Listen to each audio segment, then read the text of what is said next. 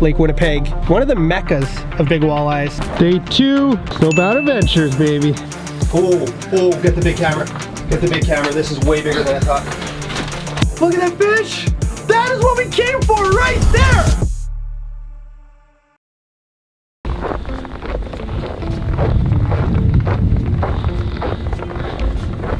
Day 2, Icebound Adventures, baby. Warmed up about 10 degrees overnight, so still gonna be nasty. Well, it's not gonna be nasty out there because we're in the Snobear, but it'll be nasty for everybody else. But yeah, temps are rising, so hopefully that means some more active fish. Day 2. It's chilly in here. I know. Didn't warm up. It is warming up now. Soon it'll be cooking. All right, so is it my turn today, or? What does that mean? My turn for big one? Oh. We got rods, we got camera gear, we got bait, we got food. We're good for another day at Lake Winnipeg. Day 2. Woo! Fish just like glaring at me. Sorry, I haven't really got set up properly. It is day 2, as we said earlier, on Lake Winnipeg. And today, we're going a little more technical. We're talking about Lake Winnipeg as a whole, the fishery, where to stay, where to access, how to fish them. But we just got set up, so hoping for a little more action than yesterday, but Sam's big fish made it all worthwhile, so. Here's a fish, here's a mark. Come on, baby, good mark. Getting thick, starting to chase. Come on. Come on. Yeah, he's gonna eat him. Pounding on the spot. Big fish. Big fish. Can you pull my juicer? Oh boy. Just sit your right down.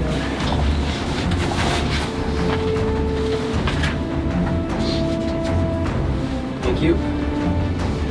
What do we got? We got the camera. Oh, that's a big one.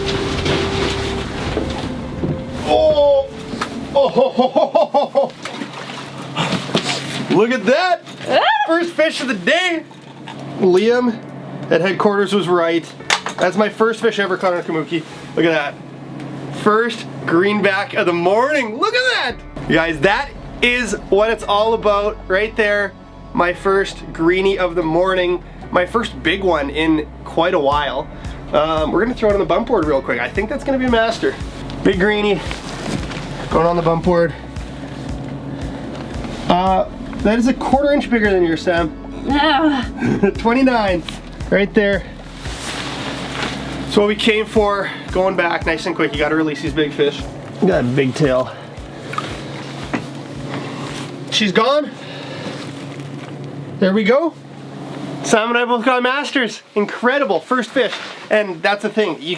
There's days on Lake Winnipeg where you can catch 20 fish and not catch one that big.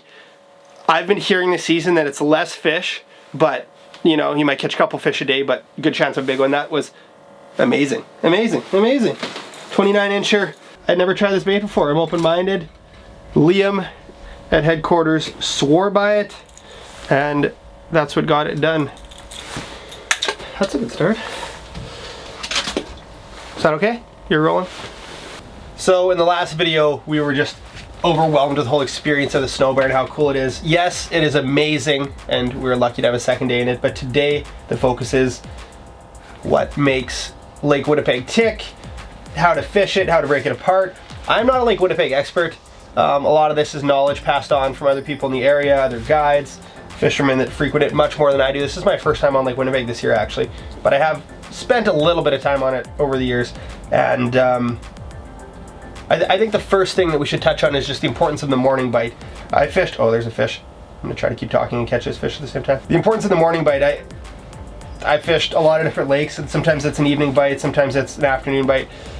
I've had my best luck here first thing in the morning. It's that first hour or two, and people get out here crazy early for good reason, because it happens. Yesterday, half an hour in, 8:30 in the morning, Sam got her big one. For me, it was 8:15. It was within our first half hour fishing. We caught that big fish. So important. You could show up at the lake at 10 o'clock. I'm not saying that they don't bite after 10 o'clock, but you could show up at the lake at 10, fish till dark, and you'd be like, oh, this lake sucks. But timing is so key. Capitalize on this morning bite, fish a little bit longer yet, and then we'll talk tackle. little technique, and then also just kind of where to access the lake, because there's a bunch of different places. If you're not familiar, it can be a little overwhelming. What are you doing? Are you filming? Why? Why are you filming me? You're a YouTuber. I'm a YouTuber. Lake Winnipeg can get pretty nasty. Today is very blustery, can't see more than a couple hundred yards, and especially later in the year when travel on the lake is marginal. I mean, unless you have a Snobear, if you want to take truck on the ice, you should always do a convoy. Take a couple trucks, so I mean 2 or 3 trucks, so you can pull your buddy out, and then you're okay to travel. That's what a lot of the guys do out here. But if you're by yourself, there's no one to pull you out when you get stuck. So be smart about it that way. When the wind's gonna pick up, I mean, don't stay on the lake, because otherwise someone else is gonna have to come and rescue you. Yes, I've been stranded on the lake before. Yes, I've done dumb things, but just common sense. You don't have to rely on other people, and that'll make it a lot better. What's going on? Whoa. It just squirted hot cheese everywhere. It's cheese infused. Ow. You knew this.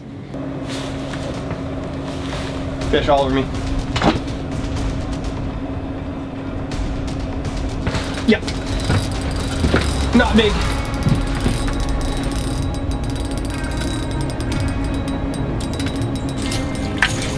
But it's green. There we go. That would be a perfect eater right there if we were keeping fish. Look at that. Look at that dorsal. Look how perky he is. Gorgeous. Beautiful. Like this one's very green. The other ones are kind of pale. Okay, this one's going back.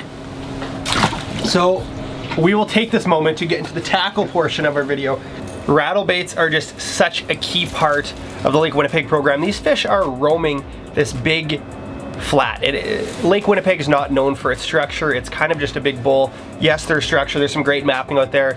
Angler's Edge Mapping they've done some charting here, and they've made like a custom map you can get for, I think it's for Lowrance units. Hummingbird has mapping too. Bunch of different options, and there is structure, but at the end of the day, these fish are moving around, and you're trying to call these fish in. So Manitoba, you can use 2 rods.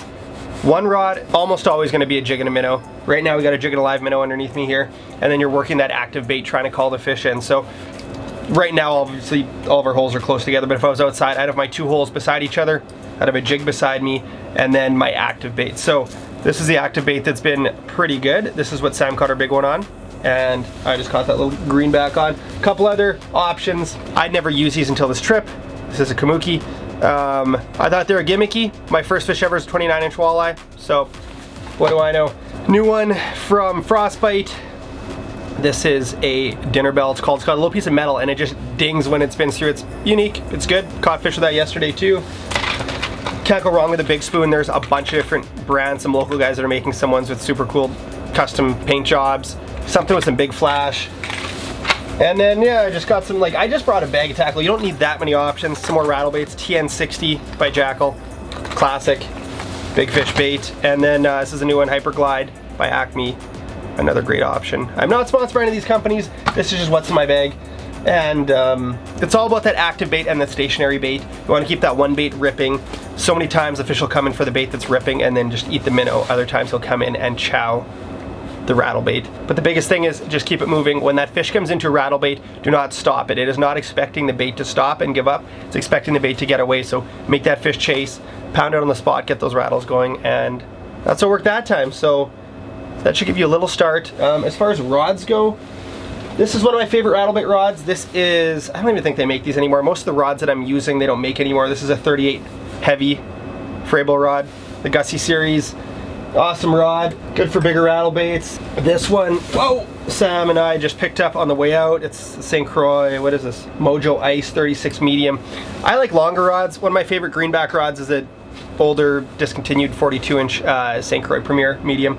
I like long rods. 36 to 42, it's just nice. It gives you a little more forgiveness with that long rod and the bend to it.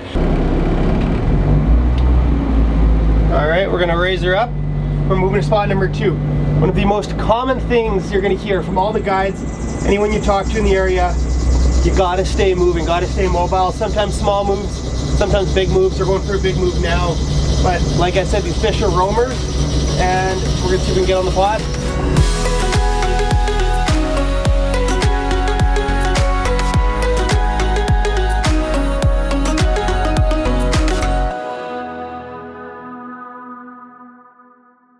So we're set up again. As far as depth goes on Lake Winnipeg, there's not a magic depth. I've done well or best in 12 to 17. Now it's a pretty big range. I know people have done well in like 5 feet of water under the ice. Other people into 20 feet. So play it by ear, move around, as I said, and you can kind of gauge it by other fishermen that you see around. At Lake Winnipeg, there's so many fishermen. If you see people moving nonstop, probably means that they're, you know, struggling to find fish. If you see people hunkered down, either they're lazy or they're on fish, but it's just good to watch what's going on in the distance. Doesn't mean you need to go fish their area, but you know how the fish may be acting and how you should act accordingly. So we're doing it. We got half a day left on Lake Winnipeg and we're still looking to break 30. All right, guys, so, I mean, a big topic when you start looking into fishing Lake Winnipeg for the first time, it can be a little overwhelming. It is this giant bowl. There's a million different access spots. I'm no expert, but I did go to the Icebound Adventures website, and they actually have one of the best resources. When I Googled Lake Winnipeg access points, without even knowing this was going to happen, Icebound Adventures, their interactive app, was the first thing that popped up, which was quite the coincidence. So you look at this map here, I'll pull it up on the screen, and it's kind of got all the main spots. So we launched at Prudence Creek. Great spot when you're fishing near the mouth. I never launched here before, but it was perfect. Drove the ice bar right down the creek and onto the lake. East side, you've got Balsam, you've got Sunset Beach, Road 103, just north there in Grand Marais, Grand Beach. That's where we were staying at Sandbar Inn. Great location for fishing the South Basin. Chalet Beach, you've got Warner. Those are two spots on the west side that I'm sure you've heard about if you fish Lake Winnipeg. Yeah, it's got all the spots. I'm sure there's more if there's, you know, spots that are missing. I mean, comment them below. If there's spots that aren't public anymore, comment that below because it's always changing. But yeah, it's just good to stay chatting with other anglers. You'll get a vibe if you look on the message boards on some of the Facebook groups of what access points are in good shape and what aren't. Some of them get beaten up pretty bad and it's just not worth using. Beyond that, when you're on the lake, be very careful of pressure ridges. So pressure ridges tend to happen more on big lakes, but it's the same thing that the Earth's crust does. It just pushes together and pulls apart these big plates. So these big pieces of ice will push together and they'll make these big heaves, but in the same way they push together, they'll actually pull apart. So, and that'll happen within the day. So you hear these big ice shifts and the ice will pull apart, and if it's really cold like a day like today, or if it's white out, it'll actually skim over. So there'll be open water, it'll be skimmed over, and it's dangerous. I've had some scary experiences with pressure ridges. What you need to do is every time you cross it, even if there's recent tracks, just pop a couple holes across, make sure you have enough ice for whatever vehicle you're taking, and don't chance it. Sometimes if you follow that ridge, it'll either end or you'll find a spot where it didn't pull apart, so be aware. Other than that, we got a couple hours left to fish, so still looking for a 30-incher. I don't think there's a better place in Manitoba to get a 30-incher through the ice. And Sam, anything you want to add? No, you did so great. Thank you. All right, back to fishing. Oh. Yep. It's all good. It is small. Look at that. He's growing up to be a 10-pounder one day. He's angry. Going back, finally got a fish on the flasher cam. So I said this before, but this is one of my favorite Lake Winnipeg rods. That's how you just battled that giant brute. This is a 38 heavy. It's, I don't know, it's more of a medium, but nice moderate bend. And as far as tackle goes, 10-pound braid. I'm using a 2500 Stratic, but just a little bit bigger spinning reel. I wouldn't want to use like a little panfish reel. 10-pound braid, you need a uni knot or a little swivel. I like using a little micro swivel. And then 12 or 14-pound fluorocarbon. I mean, this isn't finesse fishing. This is not super clear water, and these fish are big and aggressive, and when you're catching them in 10 feet of water, you're setting the hook and just jacking them up to the hole, basically. So every bite we're having to work for, but every bite could be a 30-incher, so. There's a fish. There's a fish. Can you turn the camera towards me? Whoa, he's coming up. I have one too, though. We both have a fish? Okay, that's okay. We are marking 2 fish. Here we go. Oh, get the big camera. Get the big camera. This is way bigger than I thought. Oh, jeez. I thought that was a small fish. I just put the rattle bait on, and this feels big. Oh boy. No. Oh, I did not think it was big. I did not think it was big. Please, baby. Oh. Oh no. This feels so big. Don't hook at the bottom of the hole. Oh. This is a walleye. It is huge. Come on. These head shakes are so big. Oh. Come on, please. Oh, it's huge. It's a giant. It's a giant. Oh. Oh, jeez. Oh my goodness. Come on. Oh. Oh. Oh. Guys, look at this hog. Oh. Oh. Look at that fish. That is what we came for right there. Look at that. Crunched. Oh, I'm shaking. Oh, I don't know the last time the fish has made me shake this much.